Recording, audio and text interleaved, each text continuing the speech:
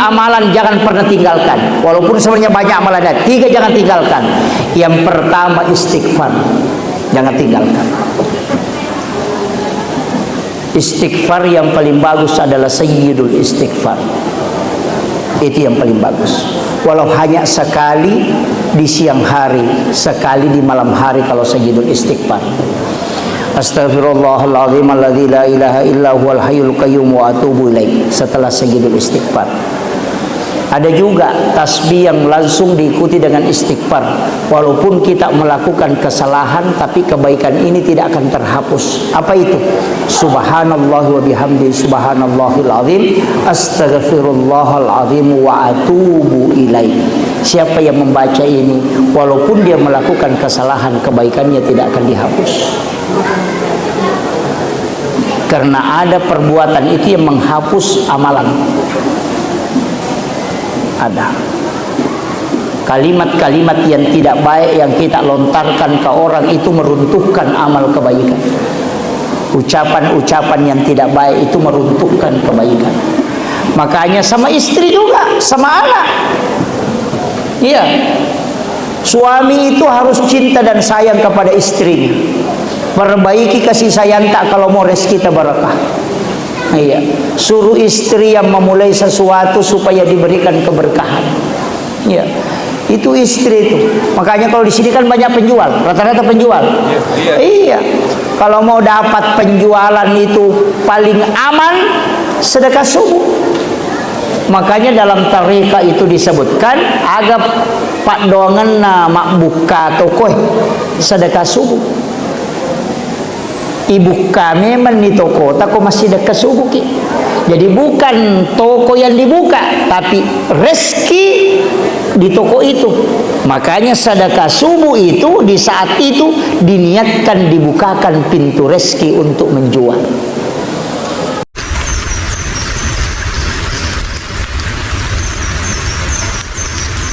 Muliakan Bapak selaku ketua panitia pelaksana peringatan Maulid Nabi besar Muhammad sallallahu alaihi wasallam di Masjid Nurul Istiqamah Pasar Sentral Makassar, seluruh yang terlibat langsung dalam kegiatan ini semoga mendapatkan keberkahan dari Allah Subhanahu wa taala.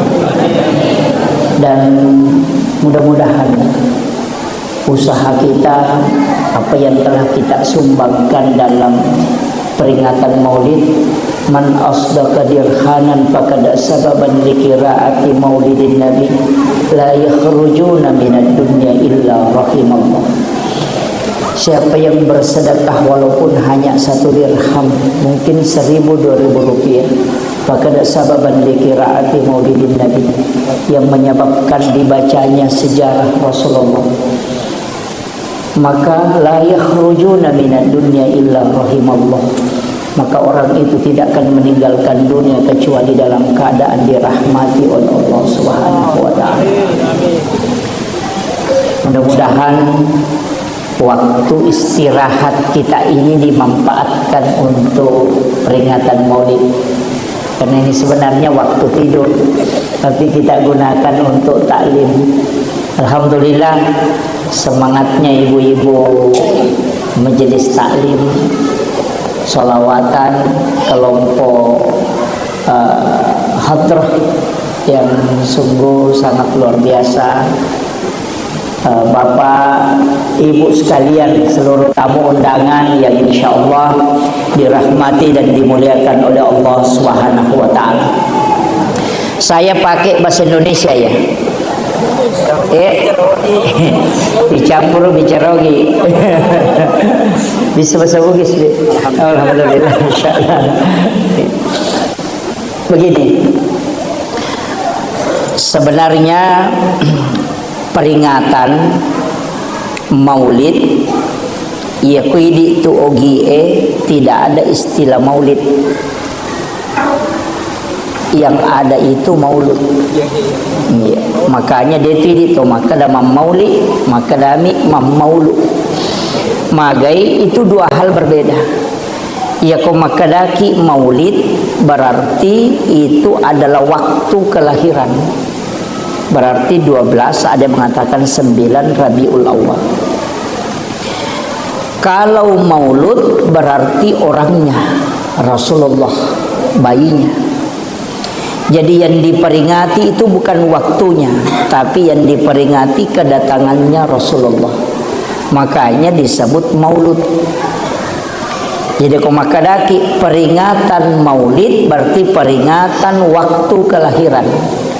Kalau peringatan maulud Nabi maka peringatan terhadap Rasulullah yang diutus oleh Allah. Maka peringatan terhadap kehadirannya Rasulullah itu tidak mengenal waktu. Itu setiap saat. Maka sebenarnya ketika kita sholat kita tetap mensalami Rasulullah. Assalamu alayka ayyuhan nabiyyu wa rahmatullahi wa barakatuh. Itu setara pahalanya kalau kita berjumpa langsung dengan Rasulullah. Dan itu kalimat mukhatab. Orang yang mengucapkan salam itu tidak ada jarak dengan yang disalami.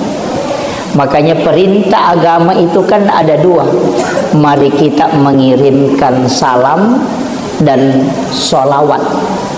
Itu 2 hal yang berbeda.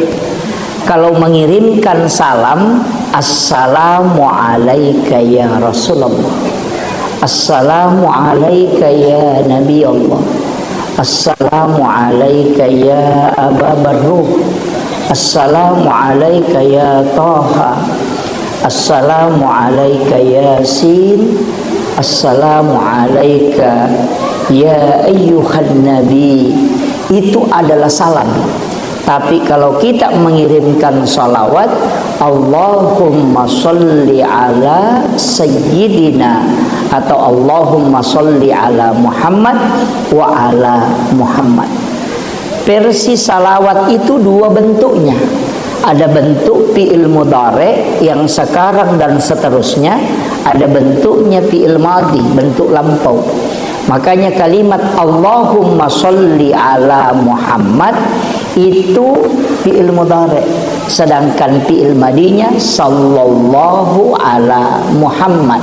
Sallallahu ala Muhammad. Kenapa bentuk lampau? Karena sebelum jasadnya Rasulullah diciptakan, malaikat dan para nabi sudah berselawat kepada baginda Rasulullah. Maka salawat sebelum jasadnya Rasulullah ada disebut salawat Jibril. Itulah yang sering kita ulang dengan kalimat sallallahu ala Muhammad. Itu dibaca ketika mahalul qiyam, baik dalam pembacaan Maulidul Barzanji maupun pembacaan maulid-maulid yang lainnya. Kenapa? Karena yang disalami adalah nurnya Rasulullah.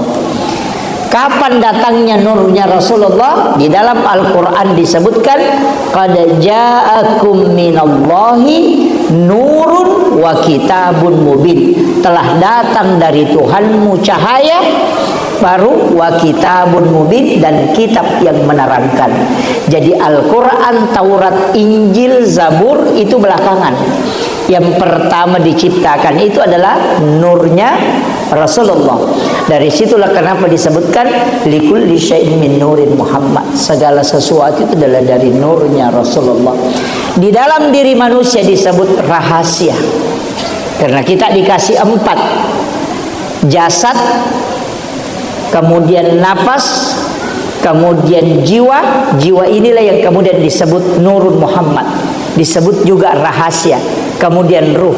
Kalau ruh tidak dicipta, kalau nafas dicipta, jiwa dicipta, ruh tidak dicipta.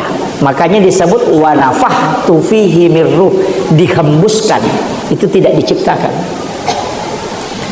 Makanya inna lillahi wa inna ilaihi rajiun, itu yang ruhnya. Di dalam diri kita ada nurnya Rasulullah. Nah, nur inilah sebenarnya inti dari sholawat kita kepada baginda Rasulullah Sallallahu Alaihi Wasallam.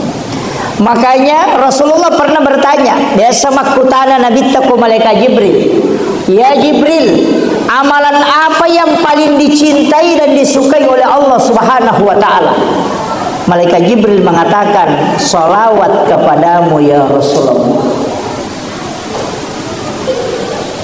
Maka amalan yang paling dicintai oleh Allah adalah salawat kepada baginda Rasulullah sallallahu alaihi wasallam. Itu berkaitan dengan amalan-amalan zikir. Jangan disamakan semua ibadah. Ada salat yang punya standar khusus, ada zikir yang memiliki standar khusus.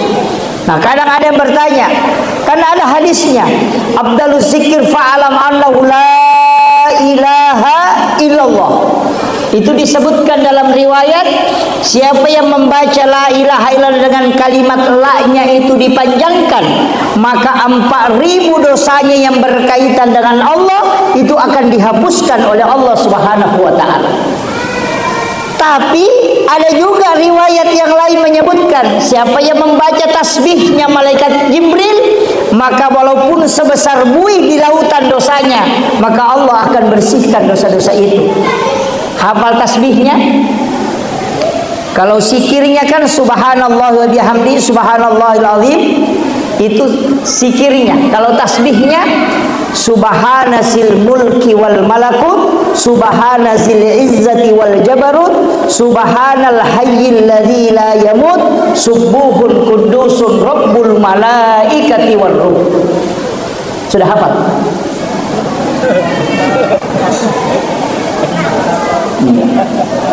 Itu tasbihnya malaikat Jibril. Subhanazil mulki wal malakut, subhanazil izzati wal jabarut, subhanal hayyil ladzi la yamut, subuhun qudusun rabbul malaikati war ruh. Insyaallah sudah dihafal. Kalau ngangguk-ngangguk itu sudah hafal, insyaallah. Salawat kepada baginda Rasulullah sallallahu alaihi wasallam. Kalau kita lihat penjelasan para ulama di dalam kitab-kitab, ternyata memang ibadah itu semua tertolak kecuali ibadah itu nanti ada sholawatnya di dalamnya. Tapi ada juga ulama mengatakan tidak, sholat tidak akan sah kecuali orang bersolawat kepada Nabi. Makanya yang masuk rukun qauli dalam sholat itu termasuk sholawat kepada baginda Rasulullah. Itu kan sebenarnya tahiyat awal itu pakai sholawat. Yang membedakan tahiyat awal dengan tahiyat akhir itu cuma sholawat Ibrahimiyah. Karena memang sholawat yang paling sempurna adalah sholawat Ibrahimiyah. Itu hadis Bukhari Muslim. Makanya siapa yang membacanya 3 kali kemudian berdoa, maka doanya insya Allah mustajabah. Siapa yang membacanya sebelum tidur, maka dia dijaga dengan syafaat Rasulullah SAW. Ketika bangun tidur pun kita dianjurkan untuk membaca sholawat Ibrahimiyah. Allahumma salli ala Sayyidina Muhammad wa ala ali Sayyidina Muhammad kama sallaita ala Sayyidina Ibrahim wa ala ali Sayyidina Ibrahim wa barik ala ali Sayyidina Muhammad wa ala ali Sayyidina Muhammad kama barakta ala Sayyidina Ibrahim wa ala ali Sayyidina Ibrahim fil alamin innaka Hamidum Majid. Ya, saya pakai Sayyidina. Yang tidak pakai Sayyidina ya silahkan. Guru kami pernah bilang, nah, kalau Allahumma sholli ala Muhammad, Muhammad itu banyak. Muhammad Akbar, Muhammad Yusuf, Muhammad Karim itu banyak. Tapi kalau Allahumma sholli ala Sayyidina Muhammad itu pasti Rasulullah. Maka sejak itu saya pribadi menggunakan kalimat Sayyidina. Walaupun nanti ada yang tidak sepakat. Jangankan kalimat Sayyidina, maulid saja banyak yang tidak sepakat.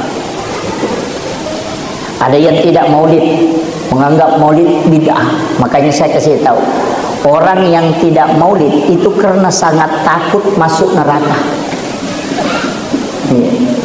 Jadi tahu dia enam maulud tahu mitaulak dak tamaranaka tu. Karena dia mengatakan maulid itu bid'ah, wa kullu bid'atin dalalah wa kullu dalalati finnar. Setiap kesesatan itu pasti masuk neraka.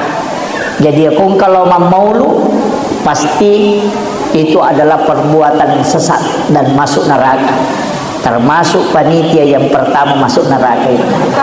Kalau menurut versi ini. Jadi ya rode enam maulu tau mitaulak dak tamaranaka. Tapi ya ro tau maulu tau melolak dak tama suruga. Amin. Jadi satu takut masuk neraka, satu kepengen masuk surga. Jadi ya rode enam maulu mitau itu tamaranaka. Ndak usah disalahkan.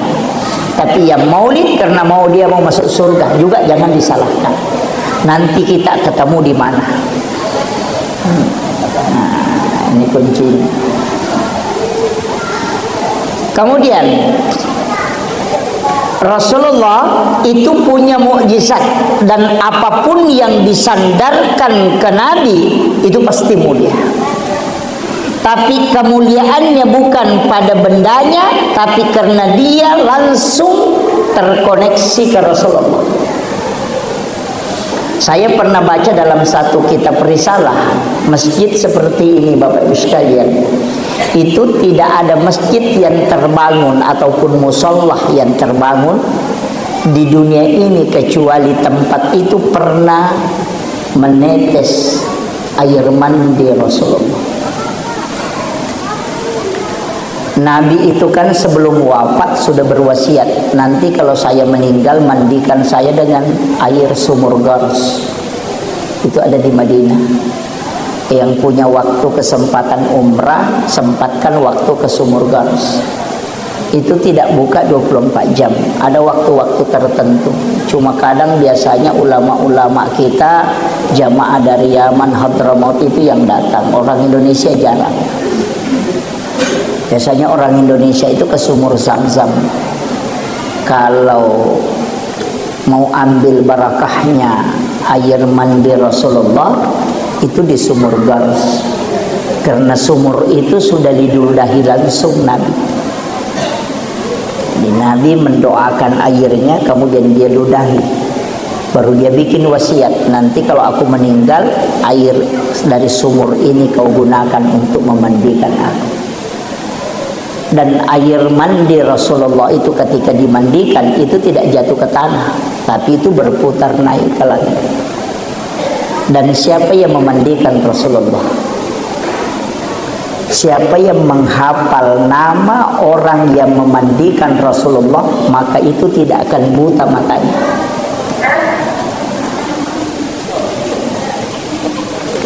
Itu barakahnya. Cari itu.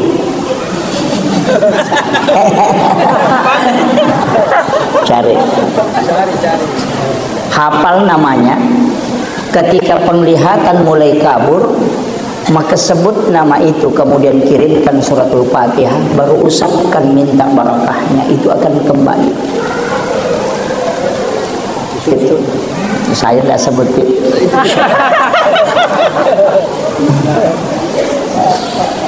Itu naik ke langit. Setelah Rasulullah dimakamkan, turunlah hujan pertama, dan rintisan-rintisan hujan yang ada air mandi Rasulullah bekasnya itu ikut. Maka di mana menetes bekas air mandi Rasulullah, pasti dibangun masjid Rasulullah. Tidak akan terjadi kiamat kecuali semua tempat itu ditempati masjid. Itu barakah. Tapi sebenarnya apa bedanya masjid dengan musalla? Kadang-kadang kan kita tidak bisa bedakan. Oh, bedanya gampang Ustaz. Ada namanya musalla ini sama masjid ini. Sebenarnya perbedaan paling mendasar masjid dengan musalla itu satu aja. Kalau masjid berarti tanah tempatnya itu sudah diwakafkan. Kalau belum diwakafkan itu masih musalla. Walaupun namanya masjid. Makanya hati-hati. Dan ada pendapat ulama kita itu yang masih kuat, bahwa untuk masjid itu bisa ditempati untuk sholat Jumat karena tanahnya sudah diwakafkan. Tapi untuk musholla itu tidak boleh. Itu di mazhab Syafi'i. Makanya juga untuk musholla itu tidak melaksanakan sholat sunat tahiyatul masjid. Itu ada pendapat yang tidak melakukan sholat sunat tahiyatul masjid pada musholla.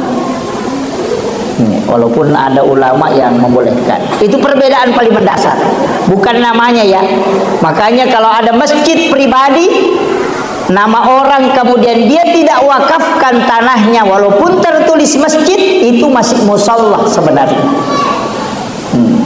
Itulah pentingnya masjid itu diwakafkan tanahnya. Karena itu baru milik umat. Tapi kalau wakaf ini kan jadi masalah juga, Pak. Sekarang wakaf banyak masalahnya. Saya tidak terlalu bahas ke situ, nanti bikin pusing. Karena banyak hal itu. Kalau sudah diwakafkan tidak boleh ditempati penyembelihan kurban. Masjid yang diwakafkan hanya untuk masjid, tanah yang diwakafkan hanya untuk masjid, itu ketika ditempati menyembelih binatang kurban itu tidak sah. Karena menggunakan istilahnya tanah wakaf yang umum menjadi khusus, kan gitu. Itu juga alasannya kenapa ada yang melarang pekarangan masjid ditempati menjual. Itu semua kecuali untuk kepentingan masjid. Makanya sekarang fikihnya sudah berubah kan. Dulu itu kan fikih Syafi'i ketat, sekarang kontemporer banyak dipakai, tempati bisnis, disewakan, diapakan, pokoknya semua alat-alat masjid bisa dijual, bisa dipakai masyarakat. Oh itu banyak. Makanya pendapat itu banyak kalau fikih. Jangan sekali-kali terpatok pada satu pendapat saja. Guru muki materu. Ya, makanya kalau fikih itu kan paham. Jadi dia nak tapusi kong kapacaramu maka dia nak buat dipakai ya, maka dia nak buat dipakai dong kami mamu pendapat makor. Tapi mana yang kita pakai? Oh ini. Kalau mau lebih hati-hati, lebih tinggalkan ini. Kan begitu. Itulah agama. Ya, makanya kajian Islam hukum-hukum, ulamanya disebut fuqaha. Kajian iman itu tauhid, akidah, ulamanya disebut murabbi. Kajian ihsan, akhlak itu kajian tasawuf, ulamanya disebut mursyid. Itu beda-beda. Kalau fikih tahu sah tidaknya sholat. Kalau tauhid mengenal siapa yang disembah. Kalau tasawuf mengenal diri dan adab menyembah kepada Allah. Makanya 3 ilmu ini harus dikuasai. Kan banyak orang melo khusus sampai jana tapi fikih nak gurui itu tidak ketemu. Makanya Allahu Akbar tidak bisa. Karena bukan jalurnya. Tapi saya kasih satu tips dari mursyid kami. Kalau mau khusyuk dalam sholat itu kuncinya 2. Yang paling mudah. Yang pertama adalah wudu. Ya koma jenneki, usahakan khusyuk dalam wudu. Karena yang tidak khusyuk dalam wudu tidak mungkin khusyuk dalam sholat. Ya nadena makanja peringerata koma jenneki. Deto tule pakanjaki peringerata ko sampajagi. Tapi ya koma kanjai peringerata koma jenneki, maka mudah kita khusyuk dalam sholat. Itu kunci pertama. Kemudian yang kedua, pakaian yang mau dipakai sholat, usahakan ia dipakai potome mas sempajang. Setelah sholat dilepas, maka itu akan membantu kita untuk khusyuk dalam sholat. Ya kok ya tu pakai olahraga, ya tu pakai mak bolo, ya tu pakai mas sempajang, oh itu jadi masalah. Tapi sah. Yang penting kan tidak ada najis. Itu boleh aja. Cuma ada namanya adab. Maka itu pandrite. Ya ko angka pakaimu masiri ko pakai siruntu presiden. Masiri ko pakai siruntu Pak Wali Kota. Mestinya pakaian itu engkau lebih malu memakainya ketika ingin ketemu dengan Allah. Kenapa Rasulullah mengatakan seandainya aku tidak mengkhawatirkan kalau memberatkan untuk umatku sebelum sholat itu saya wajibkan siwak. bikin nengede nami tahu nabi tanarekona masusaki berat bagi kita, maka siwak itu wajib dilakukan sebelum sholat. Itu wasiat Rasulullah.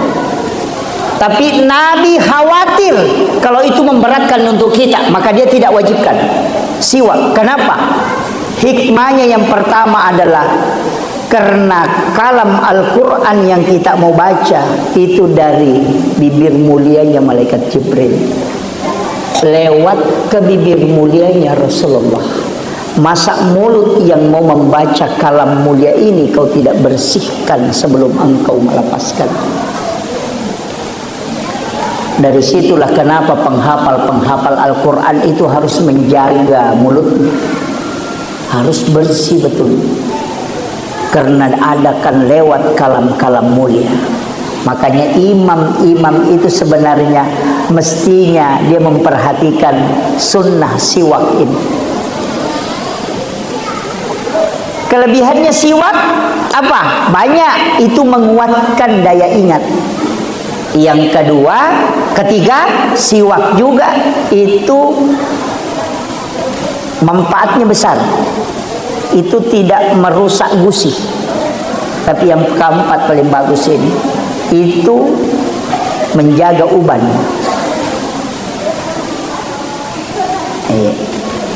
Itu barakah siwak. Cuma kita tidak terbiasa. Banyak di sentral dijual kayaknya siwak ya. Banyak. Tapi ya benar rupa sagangi, maka dah jaga mulut kita. Kalau sudah makan mestinya dibersihkan dulu baru sholat. Sebab magai pada minggu melo mengaji, membaca Al-Quran, mestinya mulut ini dalam keadaan suci, dalam keadaan bersih. Kenapa? Karena para malaikat itu juga ingin mendengarkan bacaan Al-Quran kita. Itu barakah. Kemudian saya wasiatkan, apa keistimewaan Rasulullah? Agak keistimewaan Nabi ta Bapak Ibu sekalian. Napai jaji Nabi ta pitu memang ni mukjizatna. Saat dikandung Rasulullah itu ada beberapa mukjizat. Siti Aminah itu mengandung Rasulullah tapi bapaknya meninggal. Jadi Nabi yatim masih dalam kandungan. Tapi ketahui Bapak Ibu sekalian, ibunya Rasulullah tidak terlalu bersedih. Kenapa? Karena setiap malam Nabi bergantian mendatangi Siti Aminah.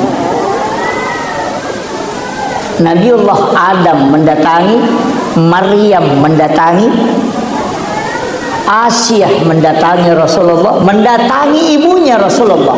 Nabi Ibrahim pun mendatangi ibunya. Sebenarnya ibunya Rasulullah itu sudah tahu bahwa orang yang saya kandung ini bukan manusia sembarang. Dia adalah Sayyidul Anbiya. Kapan dia tahu? Karena di saat dia mengandung Rasulullah, Nabi bergantian datang menjenguknya, dan itulah yang membuatnya tidak terlalu bersedih. Maka siapa yang paling pertama mengimani bahwa bayi yang saya kandung ini adalah seorang Nabi dan Rasul adalah ibunya Rasulullah. Maka sungguh sangat keliru kalau ada orang mengatakan ibunya Rasulullah itu masuk neraka. Ini penting dulu saya wasiatkan. Kemudian Nabi lahir, apa mukjizatnya? Mabtu as-sur. Tidak ada tali pusat. Nabi lahir itu tidak ada tali pusat, plasentanya tidak ada. Yang kedua, Nabi lahir sudah terhitan. Makanya tidak ada yang menyentuh kemaluannya Rasulullah. Yang ketiga, Nabi lahir itu sudah bercelak. Pura memang imacilla najaji. Kemudian Rasulullah ketika lahir itu mengangkat kepalanya ke langit, tapi kedua tangannya dia telapkan di lantai, kemudian satunya mengangkat, kemudian dia mengatakan ada kalimat itu. Makanya nanti itu kan tertulis ada di punggung sebelah kiri sebelah kanan, itulah yang disebut dengan nubuwah.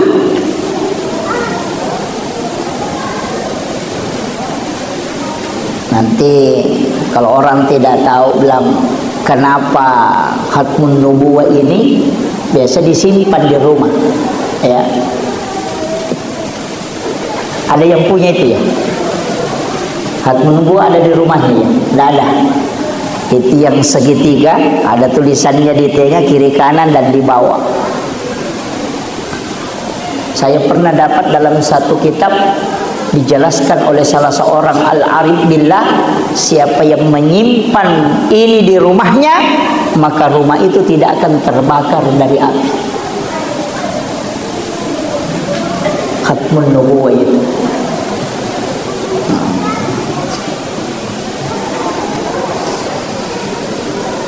Kemudian api di benua Paris. Oh, ini yang sering kita dengarkan di kitab Barasanji ini. Api di benua Paris itu padam. Sungai tempat penyembahan orang Majusi juga itu surut airnya. Kemudian berhala yang ada di sekitaran Ka'bah itu berjatuhan. Kemudian ada suara yang keluar dari pojok Ka'bah yang disebut suara yang lahir bersama Rasulullah. Di pojok pertama itu qad ja'akum minallahi nurun wa kitabun mubin. Di pojok kedua wa qul ja'al haqq wa sahaqal batil innal batila kana sahuka. Di pojok ketiga laqad ja'akum rasulun min anfusikum azizun 'alaihi ma'anittum harisun 'alaikum bil mu'minina raufur rahim. Fa in tawallaw faqul hasbiyallahu la ilaha illa hu 'alaihi tawakkaltu rabbul arsyil azim. Kemudian di pojok keempat ya ayyuhar rasul balligh ma unzila ilaik. Itu 4 pojok. Makanya kalau orang pindah rumah baru itu yang dibaca. Kalau azan pertama di sudut pertama itu dibaca. Baru azan kedua baca ayatnya, azan ketiga baca, azan keempat baca ayat. Di 4 sudut itu. Ya naduna satomatot tadiolo ayat si jajangan dan nabita. Tidak ada yang membaca, tapi ada suara yang keluar. Apa tujuannya? Supaya jin tidak akan tinggal di rumah itu. Kalau ada pencuri mau naik di rumah kita, akan diberikan kesadaran itu. Tapi kalau dia mengambil barang di dalam, maka digurut tadi ini telalangin naut. Kemudian namuna tunu api te boleh detonan re api kena pak barakai pengalatan. Maka baca 4 sudut di sudut rumah. Orang tua dulu itu azan untuk menyembunyikan, padahal sebenarnya bukan azannya yang pokok, itu ayatnya. Sudah hafal? Belum juga. Yang penting hafal. Qad ja'akum minallahi nurun wa kitabun mubin wa qul ja'al haqq wa saqal batil innal batila kana sahuka. Laqad ja'akum rasulun. Itu kan 4 sudut itu.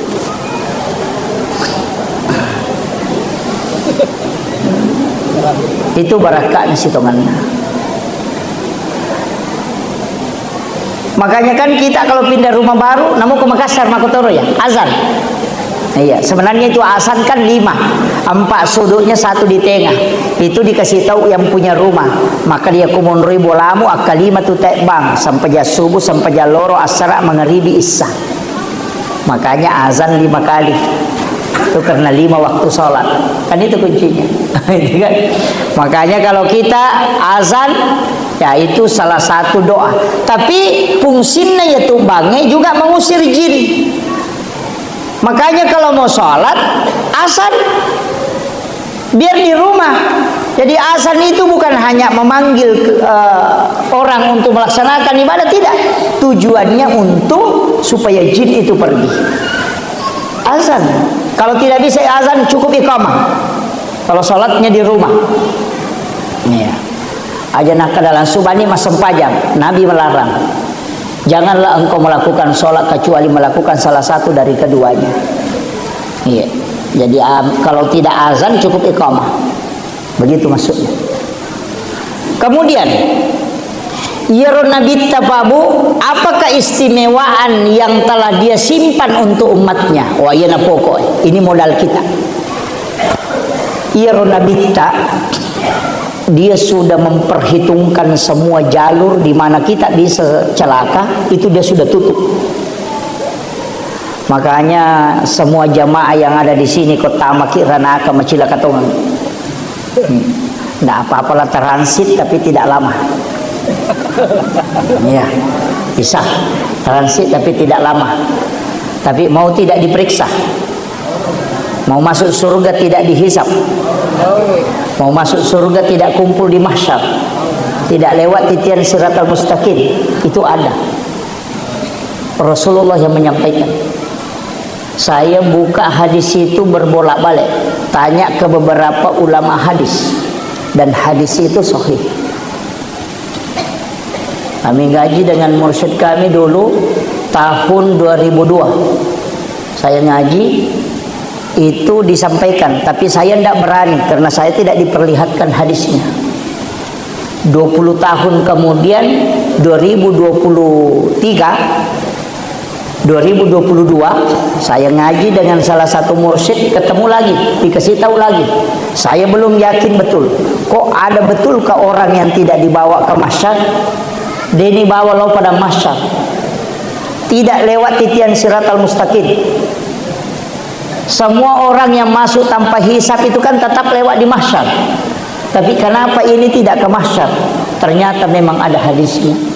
Agana sanabitta nigi ummaku masidakah deni sangini ga tahu nasidakai de tu ni sangi maka dani ga sidakai. Maka orang ini nanti ketika menuju ke mahsyar dijemput oleh malaikat, dibawa ke ila rafiqil a'la. Itu aja kuncinya, Pak. Bersedekah tidak usah tahu siapa yang disedekahi. Yang disedekahi pun tidak tahu siapa yang mensedekahi. Iya, di Makassar ini banyak pondok-pondok pesantren tahfiz, banyak panti asuhan. Telepon saja pimpinannya, telepon saja pembinanya. Mohon maaf Pak Ustaz, Pak Kiai, apakah ada anak yatim di situ? Atau ada anak fakir miskin sekolah menghafal? Dia mengatakan ada. Saya minta tolong berapa pembayarannya satu bulan untuk satu anak. Mengatakan 500.000 atau 700.000. Nanti saya yang menanggung pembayarannya setiap bulannya. Tapi saya minta tidak usah kasih tahu anak itu, dan jangan kasih tahu juga saya siapa orangnya. Ketika anak ini selesai sekolah, kita ketemu di luar, kita tidak pernah tahu bahwa kita yang pernah membantunya. Dia pun tidak tahu bahwa kita dulu yang membantunya. Itulah maksudnya Rasulullah, yang bersedekah tidak tahu siapa yang disedekahi, dan yang disedekahi pun tidak tahu siapa yang mensedekahi. Ia nasa tahu nabi teh napai malala lau pada masyar, maka dia pun Allah Ta'ala napodangi malaikat fulan bin fulan, jemput dia, jangan bawa ke situ untuk antri, bawa ke ila rafiqil a'la, tempat yang paling tinggi. Itu keistimewaan. Ini kau pasti pulung ya nak yatim, napai yang ngampel, napai shooting ibalender mo pa yun.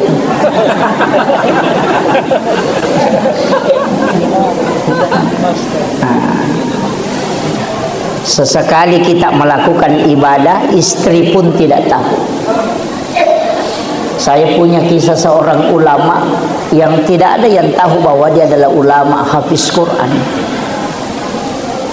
Anak dan istrinya tidak tahu kalau dia hafal Quran, karena pekerjaan sehari-harinya adalah itu mengambil rumput kemudian dia jual untuk ke peternak. Tapi ternyata dia adalah hafiz Quran dan hafiz hadis. 8.000 hadis dia hafal. Tidak ada yang tahu. Anak istrinya tidak pernah tahu. Mesti ada ilmu rahasia yang kita miliki, Bapak Ibu sekalian. Amalnya pun harus ada. Jangan nampak semua. Kalau ada sedekah seperti itu tadi, kita kena penyakit, semua dokter sudah angkat tangan. Oh, tidak bisa lagi disembuhkan, Pak. Ini penyakit langka. Maka ambil air wudhu, sholat sunnah hajat 2 rakaat. Di dalam sujud terakhir minta, ya Rabb, ada amalan yang saya lakukan hanya Engkau dan aku yang mengetahuinya. Maka aku mohon kepadamu, berikan keberkahan amalan ini untuk menyembuhkan penyakitku ini. Itulah yang disebut dengan bertawassul dengan amal soleh. Itu bisa menggeser batu tanpa disentuh. Itu yang dipakai para ulama. Guru Takian Abdul Rahman Ambodale pernah mengatakan, "Denalutu pasawa eko demuletu." Itu karena amal rahasia. Kalau yang karena Allah 100.000 baru dipakai berdoa susah sekali. Tapi kalau mau ambil yang rahasia. Kadang-kala juga kita terbalik. Kalau 500.000 namanya disebut. Tapi kalau 20.000 Allah yang disebut.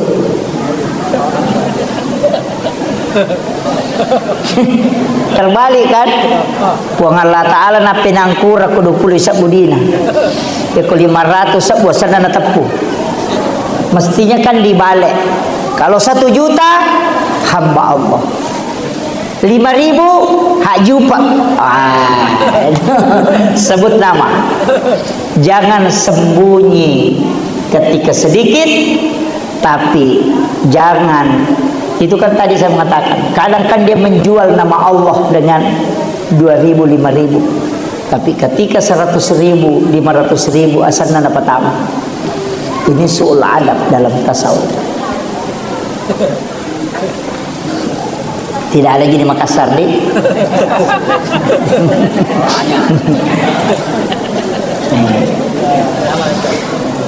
Alhamdulillah, Nabi sudah menjaga kita. Di mana? Yang pertama dia sudah minta, pendekkan umurnya umatku, jangan panjang. Karena kalau dia melakukan dosa, tidak lama dia berdosa. Nanti hisapnya juga tidak lama. Itu Nabi minta. Makanya kita itu tidak panjang-panjang umur, Pak. Antara 60-70 aja. Nabi sudah minta itu. Jadi kalau ada keluarga meninggal di umur 60, itu panggilannya Rasulullah. Jangan terlalu bersedih. Iya. Yang 70 ya, kalau sudah lewat itu, wah itu sudah alhamdulillah. Satu keberkahan itu. Kemudian yang kedua apa yang diminta Rasulullah? Karena pendek umurnya, maka ibadahnya tidak mungkin banyak. Maka saya minta lipat gandakan seluruh kebaikan yang dia lakukan. Kalau dosa cukup 1, itu pun kalau dia tidak bertaubat. Nanti kalau dia bertaubat, ganti itu menjadi kebaikan. Maka dari situ orang yang berdosa kemudian bertaubat, kata Nabi, sama kalau dia tidak pernah melakukan kesalahan. Inilah yang dipakai orang nak korupsi.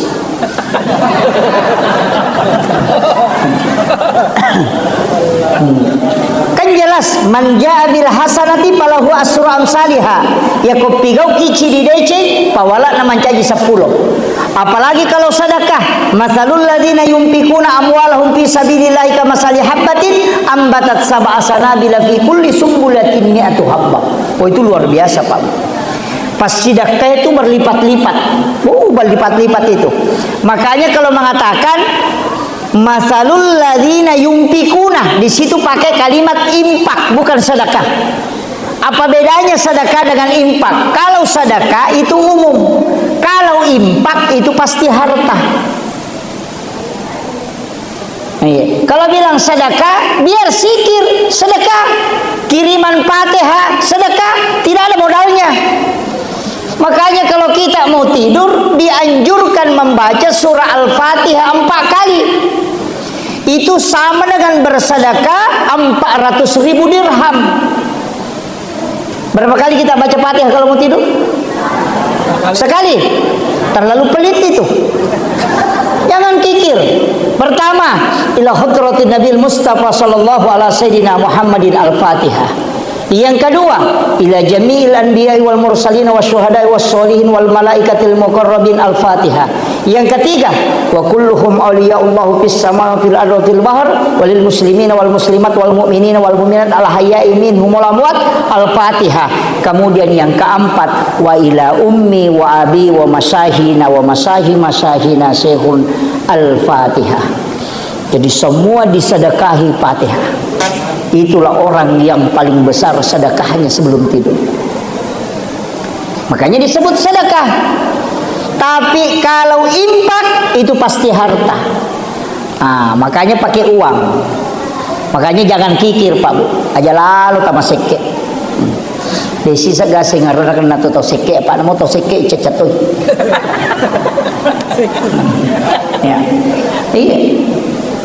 Iya ko mati tau seke dia na tarita we sikap di babi taba inasa. Maka pusih. Dan tidak ada orang menangis. Sungguh celaka ketika kita meninggal dan tidak ada yang menangis. Taruh kipas sengar. Orang kikir itu tidak pernah dikenang, Pak. Lawi masyarakat kubur teh na baca kiburu ekosan na ko kiburu na tahu pasike na biasa aja. Padahal buruk di buku-buku demo kenapa aja na rampe tahu ya sike kan. Jangan dermawanlah. Dan yang bisa mengubah murka Allah itu hanya sedekah. Makanya sedekah itu Nabi minta betul 3 doa aja di situ. Yang memberi, saya mohon kepadamu ya Rabb, doa yang saat bersedekah, yang menerimanya disuruh berdoa. Yang kedua, berikan pahala orang yang menggembirakan umatku.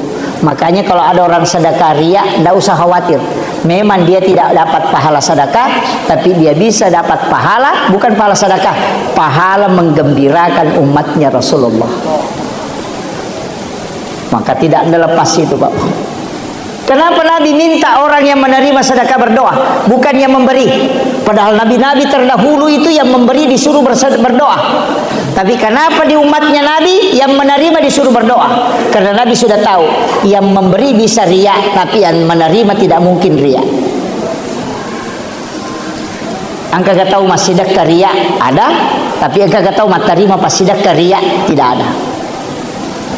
Maka ketika riya yang memberi, tapi yang tidak riya berdoa, bisa diterima sedekahnya karena doanya orang yang ikhlas. Itu hebatnya Rasulullah. Di mana lagi kita? Di dalam kubur. Oh, tidak usah khawatir. Nabi sudah kasih tahu. Ada satu surah di dalam Al-Quran, siapa yang membacanya, kata Nabi, menghafalnya, maka dia tidak akan kena azab kubur. Itu surah Al-Munji'ah, suratul Mulk. Makanya baca itu. Dan termasuk orang yang tidak hancur jasadnya adalah orang yang menghafal dan mengamaliyahkan suratul Mulk. Itu terjaga. Kata pelamu tuh tidak dihafal, baca saja sekali setiap hari. Sesudah sholat maghrib atau sesudah sholat isya atau sesudah sholat subuh, baca sekali saja sehari. Dilakukan selama 1 tahun, insya Allah dihafal. Karena kalau dibaca sekali sehari berarti itu sudah 360 kali dibaca. Karena itu dalam 1 tahun, insya Allah dihafal. Ada juga orang Pak tidak hafal, tapi kalau orang baca dia bisa sambung. Ada. Disuruh hafal tidak bisa hafal, tapi ketika orang baca dia bisa sambung. Oh, ini ayat berikutnya, ini ayat berikutnya. Itu namanya orang yang dimiliki oleh Al-Quran. Biasanya yang begitu orang-orang tua yang mengajar mengaji.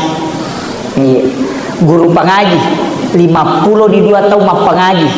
Namun komiasi bolana nas mengaji nak guru nas salih tanya sambunganlah. Kenapa dia bisa tahu padahal dia tidak hafal Quran? Karena Al-Quran telah masuk di dalam dirinya. Nah, itu bisa menjadi syafaat. Tidak usah khawatir Pak, jalur kita masuk surga itu banyak sekali. Banyak sekali. Makanya semua ibadah itu ada turunannya. Wajib sunnah, wajib sunnah, wajib sunnah. Wajib lari ke Allah, disebut rahmat. Sunnah lari ke Rasulullah, disebut syafaat. Makanya kalau mau dapat syafaat, ibadah sunnah. Kalau mau dapat rahmat, ibadah wajib.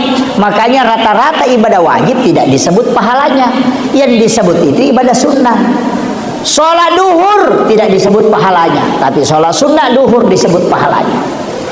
Sholat asar tidak disebut pahalanya, tapi sholat sunat sebelum asar 4 rakaat kata Nabi itu setara dengan umrah 1 kali. Ini Pak Ketua baru-baru pulang dari umrah. Kalau mau kalahkan dia gampang. Sholat sunnah 4 rakaat sebelum asar langsung dapat pahala umrah gratis. Nah, itu kuncinya. Tapi tidak bisa kalahkan sholatnya orang di sana. Nah, itu lagi kelebihannya. Makanya disebut pahala umrah, bukan syariat umrah. Nah, itu beda. Makanya kalau mau dapat pahala banyak, ibadah sunnah. Di situ semua disebutkan, itu jalur syafaat. Jadi matu ko mondri dua milalam. Ya komete tama suruga dua mi jalurna. Passwordnya cuma dua. Yang pertama adalah rahmat, itu hak prerogatif Allah. Yang kedua adalah syafaat. Syafaat ini terbagi empat.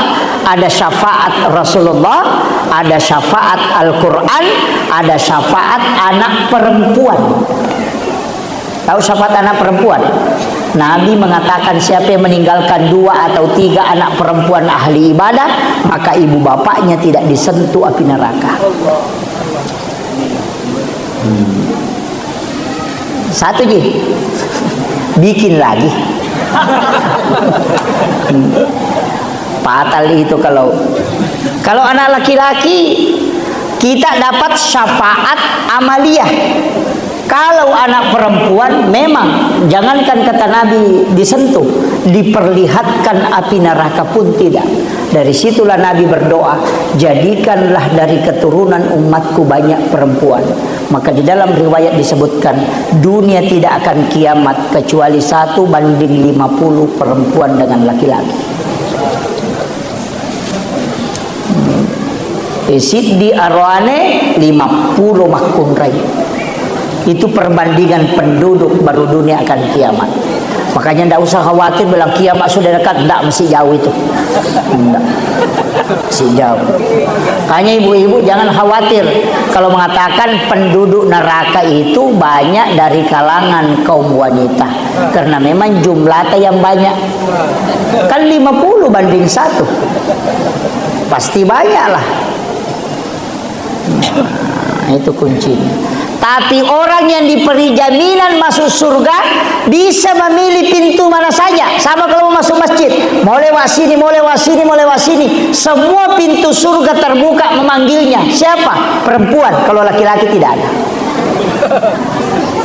Itu perempuan.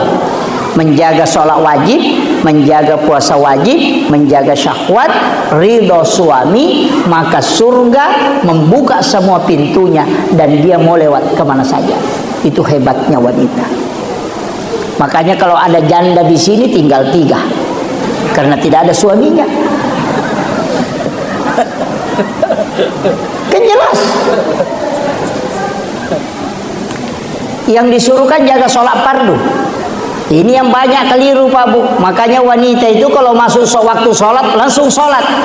Jangan tunggu lama. Dikhawatirkan kalau dia haid. Karena kapan mendapati sholat duhur? Waktu duhur sudah masuk. Jam 12 misalnya lewat 15. Kemudian dia memasak. Sampai jam 12:30 belum sholat. Tiba-tiba haid. Padahal dia sudah mendapati waktu sholat. Maka sholat yang ditinggalkan tadi ini mesti diganti pada saat berhenti haid. Itu fatal itu Pak. Makanya wanita itu buru-buru cepat sholat. Ketika masuk waktu cepat sholat. Karena dikhawatirkan kalau dia haid. Karena kapan talolo tadati waktu loroi nadeta sampajang. Jam 1 baru mau sholat tapi dia tiba-tiba haid. Maka ketika berhenti haid, mandi wajib, ganti itu sholat. Diqadha. Sholat itu cuma 3. Adaan waktunya. Qadaan bukan waktunya. Iadatan mengulang sholatnya. Kita sholat sendiri, sholat duhur di masjid ini. Tiba-tiba selesai salam, sikir-sikir, datang 2 jamaah masuk. Sholat berjamaah duhur. Ini pahalanya lebih besar daripada yang kita lakukan tadi sendiri. Maka ulang sholatmu, ikut berjamaah bertiga. Niatnya bukan adaan, niatnya bukan qadaan, tapi niatnya iadatan, mengulang untuk mengambil pahala yang lebih besar. Tapi kadang sebaliknya, orang berjamaah dia cari tempat sendiri, sholat sendiri, tapi tidak begitu di sentral. Alhamdulillah, alhamdulillah, aman. Kenapa? Jangan sampai gara-gara menjual di bawah, menjual di pasar, menjual di lapak, kita lalai dalam sholat. Saya sering buat statement sederhana. Orang terbalik otaknya itu kalau dia menjual kemudian dia tidak sholat. Tahu sigilingan otaknya. Kenapa? Kau menjual cari apa? Cari rezeki. Kalau kau sholat ketemu siapa? Pembagi rezeki. Masa kau tinggalkan pembagi rezeki hanya karena mencari rezeki?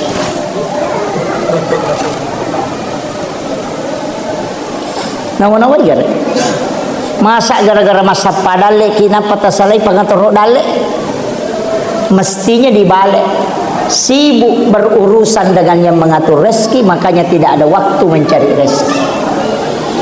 Itu baru orang istimewa. Mari masa pajar, mari pakai mabalu. Karena kami matuje itu setan malino. Masalah itu itu yang kacing-kacinga. Makutana siaganya. Di muka kurang. Kurang di masa pajar tadi itu kagak nalina deh.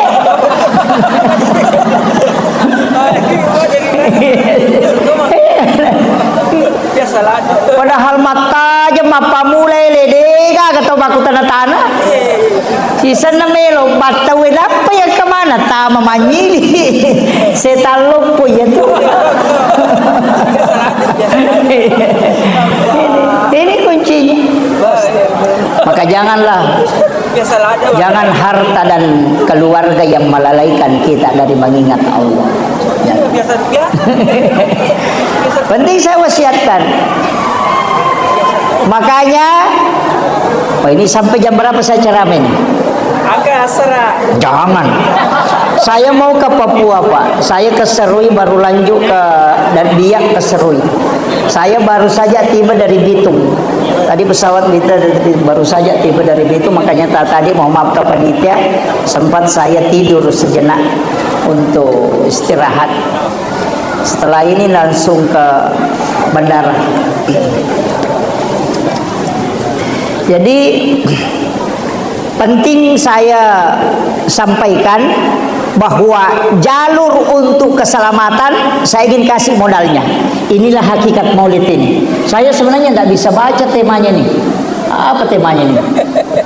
Maka tadi saya sudah miring-miring baca, tidak bisa baca temanya. Begini, saya kasih hakikatnya maulid ini. Maulid itu sebenarnya bagaimana supaya kita menanamkan cinta kita kepada baginda Rasulullah Sallallahu Alaihi Wasallam. Karena orang yang mencintai Rasulullah itu pasti bersamanya di dalam surga. Itu aja kuncinya. Makanya ada sahabat Nabi itu, Nabi ceritakan neraka begini, dibakar begini panasnya neraka. Semua sahabat menangis. Abu Bakar menangis, bahkan ada yang pingsan. Ini orang Arab Badui yang dari gunung itu tidak menangis. Tidak menangis dia. Cuma dia lihat-lihat saja Rasulullah cerita, nganggu-nganggu. Semua sahabat mengatakan ini orang keras betul hatinya. Kita semua sudah menangis, dia tidak menangis. Karena diceritakanlah siksaan neraka, diceritakan penduduk neraka, semua sahabat menangis. Kecuali orang Arab Badui ini satu ini tidak menangis. Dia cuma lihat Rasulullah. Sekalinya selesai Nabi cerita, dia mengatakan, bolehkah aku bertanya ya Rasulullah? Nabi mengatakan boleh. Sahabat mengatakan, apa yang ingin ditanyakan orang ini yang keras sekali hatinya, tidak menangis diceritakan neraka. Langsung dia bilang begini, ya Rasul, siksaan neraka itu kan menyakitkan, sangat pedih ketika kita masuk. Kalau tidak masuk kan tidak disiksa. Itu kan ya, disiksa kan kalau masuk. Kalau tidak masuk kan tidak disiksa. Nabi mengatakan betul. Kalau begitu ya Rasulullah, apa yang harus kami lakukan supaya tidak masuk? Itu yang dilakukan. Ya kan, pikirkan di dalamnya bagaimana supaya tidak masuk. Rasulullah mengatakan, siapa yang cinta kepada aku, maka dia akan bersama aku di dalam surga. Langsung dia mengatakan, kalau begitu aku cinta kepadamu ya Rasulullah. Makanya tidak usah khawatir. Itu kan kadang yang membuat kita khawatir. Anakku nanti bagaimana. Padahal dia tidak tahu. Allah yang mengurus semuanya. Kita saja lahir tanpa pakaian. Iya, makanya tidak usah khawatir, Pak. Kuncinya mahabbah kepada Rasulullah Sallallahu Alaihi Wasallam. Bagaimana cara cinta? Kalau orang cinta itu sering menyebut, sering sebut. Wah, kalau orang cinta itu sedikit-sedikit chat lagi. Mau sholat, sudah bisa sholat sayang. Pagi-pagi langsung sudah bangun sayang. Bagaimana tidurnya? Itu Makanya setiap waktu bersolawat kepada baginda Rasulullah Sallallahu Alaihi Wasallam. Saya wasiatkan 3 amalan jangan pernah tinggalkan. Walaupun sebenarnya banyak amalannya, 3 jangan tinggalkan. Yang pertama istighfar, jangan tinggalkan. Istighfar yang paling bagus adalah sayyidul istighfar. Itu yang paling bagus. Walau hanya sekali di siang hari, sekali di malam hari kalau sayyidul istighfar. Astaghfirullahaladzim alladzi la ilaha illa huwal hayyul qayyum wa atubu ilaih. Setelah sayyidul istighfar. Ada juga tasbih yang langsung diikuti dengan istighfar. Walaupun kita melakukan kesalahan, tapi kebaikan ini tidak akan terhapus. Apa itu? Subhanallah wa bihamdi subhanallahil azim, astaghfirullahal azim wa atubu ilaih. Siapa yang membaca ini, walaupun dia melakukan kesalahan, kebaikannya tidak akan dihapus. Karena ada perbuatan itu yang menghapus amalan. Ada kalimat-kalimat yang tidak baik yang kita lontarkan ke orang itu meruntuhkan amal kebaikan. Ucapan-ucapan yang tidak baik itu meruntuhkan kebaikan. Makanya sama istri juga, sama anak. Iya, suami itu harus cinta dan sayang kepada istrinya. Perbaiki kasih sayang tak kalau mau rezeki kita barakah. Iya, suruh istri yang memulai sesuatu supaya diberikan keberkahan. Iya, itu istri itu. Makanya kalau di sini kan banyak penjual, rata-rata penjual. Iya, kalau mau dapat penjualan itu paling aman sedekah subuh. Makanya dalam tarika itu disebutkan agak pak dongan mak buka toko sedekah subuh. Ibu kami di toko, tako masih dekat subuh ki. Jadi bukan toko yang dibuka, tapi rezeki di toko itu. Makanya sedekah subuh itu di saat itu diniatkan dibukakan pintu rezeki untuk menjual. Itu pak buka paling makanya pas sedekah subuh. Aja nih ya baca bawah, buka sila nak baca maka lampe, tapi dia pasti dah kalah. Tidak akan turun. Rezeki itu harus diambil, dibukakan jalan. Maka itu mata riolo kodong idale. Bagaimana? Di rezeki itu kan di Lauhul Mahfuz. Sebelum lahir kita sudah ditetapkan ada malaikat yang disuruh bagi, dan malaikat tidak pernah salah bagi. Ya, karena salah bagi malaikat, ya kok tim sukses biasa salah bagi. Panitia juga biasa salah bagi. Kalau malaikat tidak, Allah sudah tetapkan kita punya rezeki. Pintu-pintu rezeki itu dibagi menjadi 9. Ada pintu rezeki karena menikah, ada pintu rezeki karena anak, ada jalur pintu rezeki karena istighfar, ada pintu rezeki karena silaturahmi, ada pintu rezeki karena membaca Al-Quran, ada pintu rezeki karena sedekah. Itu semua pintu-pintunya ada. Makanya ketika tertutup di jalur sedekah, buka di pintu yang lain. Makanya ulama mengatakan buka semua pintu rezeki dengan berbagai macam cara. Itu istighfar membuka pintu rezeki. Jangan bilang nanti menjual baru, tidak, ada jalurnya. Tapi hati-hati, tidak akan ada rezeki yang lebih pada seseorang. Pasti semua sudah diberi amanah. Allah cuma titip ke kita. Di dalamnya apa yang saya titip itu ada bagiannya orang lain. Kalau kau tidak serahkan ke orang lain, maka saya akan pindahkan rezeki itu ke yang lain, ke yang siapa yang bisa membaginya. Makanya kadang ada orang diberikan usaha meningkat, tapi karena dia tidak membagi ke yang berhak, kadang gaji karyawan dia potong, kadang gaji karyawan dia kasih lambat, kadang ada sesuatu yang dia sembunyikan. Allah tahu itu, maka dia pindahkan rezeki ke yang lain, supaya yang lain yang lebih amanah. Maka ketika Allah menitipkan rezekinya ke kita, kita, maka jalankan dengan penuh amanah supaya rezeki itu terus ditambah. Sama je kita, kalau 4 anak tak nak dikasih, kakaknya bilang bagikan ni saudaramu. Kalau nak kasih masuk di sakunya sebagian sedikit nak kasih, nah pasti dia tahu, nah bilang tidak aku kasih, maka besok pindah lagi itu ke yang lain. Begitu juga Allah kepada hambanya. Makanya kita disebut khalifah, pengganti, karena kita lah yang membagikan kepada yang tidak berhak. Tapi apa kata Nabi? Jangan khawatir, tidak ada orang yang bersedekah lebih sedekahnya kecuali semuanya dikembalikan oleh Allah. Itu kuncinya. Nama gampang Pak Bu. Cari di sentral ini, cari di Makassar, di mana saja. Adakah orang dermawan yang kikir, yang orang dermawan yang miskin? Tidak ada. Itu janji Allah pasti Pak. Lewat celengan tidak diisi, makanya pembeli lewat-lewat saja juga tidak singgah. Kan gitu. Kasih singgah walaupun hanya 2.000 rupiah. Kan gitu. Dan pasti kan jelas, manjabil hasanati falahu asram salihah. Kasih ke 1 baru kasih ke 10. Nah pusing malaikat kalau tidak ada terkasih, karena mau dikasih turun, nah tidak ada jalurnya.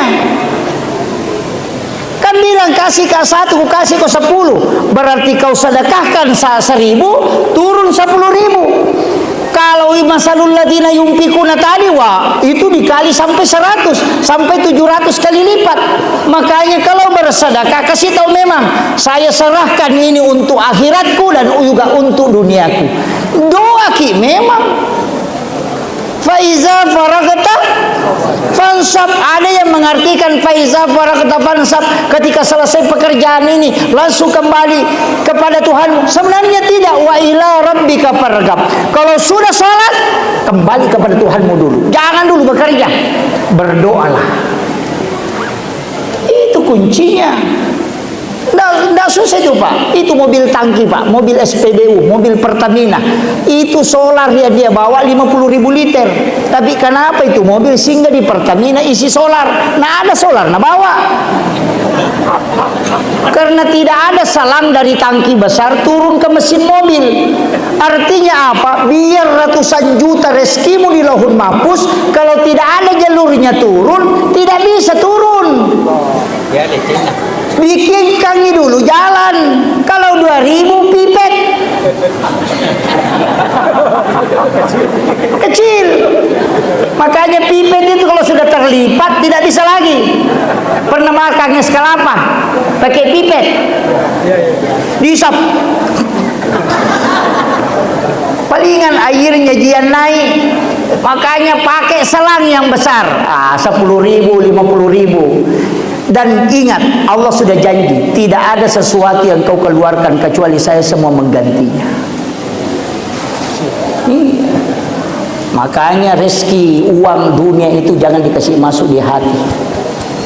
Makanya benar apa kata jemaah tabligh itu yang biasa dia tulis, dunia di tanganku. Kan gitu. Iya. Tapi kalau dia kikir, keliru itu.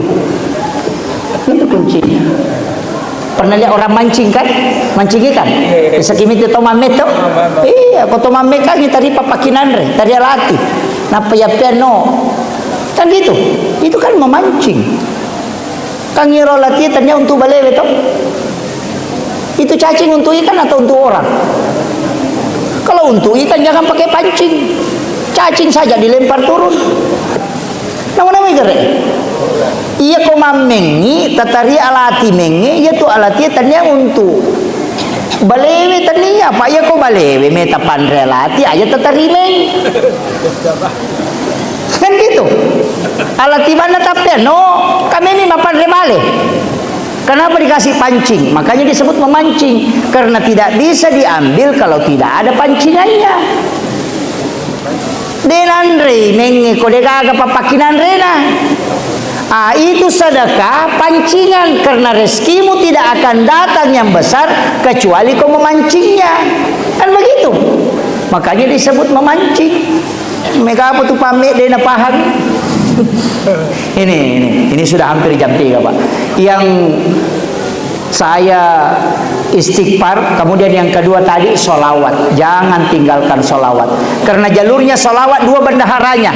Yang pertama lari ke Allah, itu nanti dibalas dengan rahmat, dibalas oleh malaikat dengan permohonan ampun. Bendahara yang kedua lari ke Rasulullah, itu jalur syafaat. Makanya ketika kita mengatakan Allahumma sholli ala Sayyidina Muhammad wa ali Sayyidina Muhammad, Allah membalas rahmat ke kita 10 kali. Malaikat memintakan ampun kita di hadapan Allah supaya dosa-dosa kita diampuni. Itu sudah dapat 3. Tapi masih ada dikirim ke Rasulullah. Yang dikirim ke Nabi itu menjadi syafaat kelak di yaumil akhir. Makanya siapa yang bersolawat kepada Rasulullah itu dapat 4 langsung sekaligus.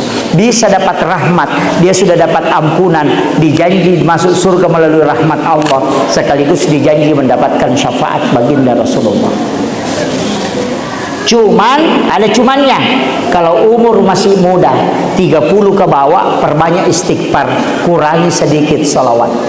Kalau istighfarmu 10.000, cukup 5.000 salawat. Kalau masih 30 umurmu ke bawah.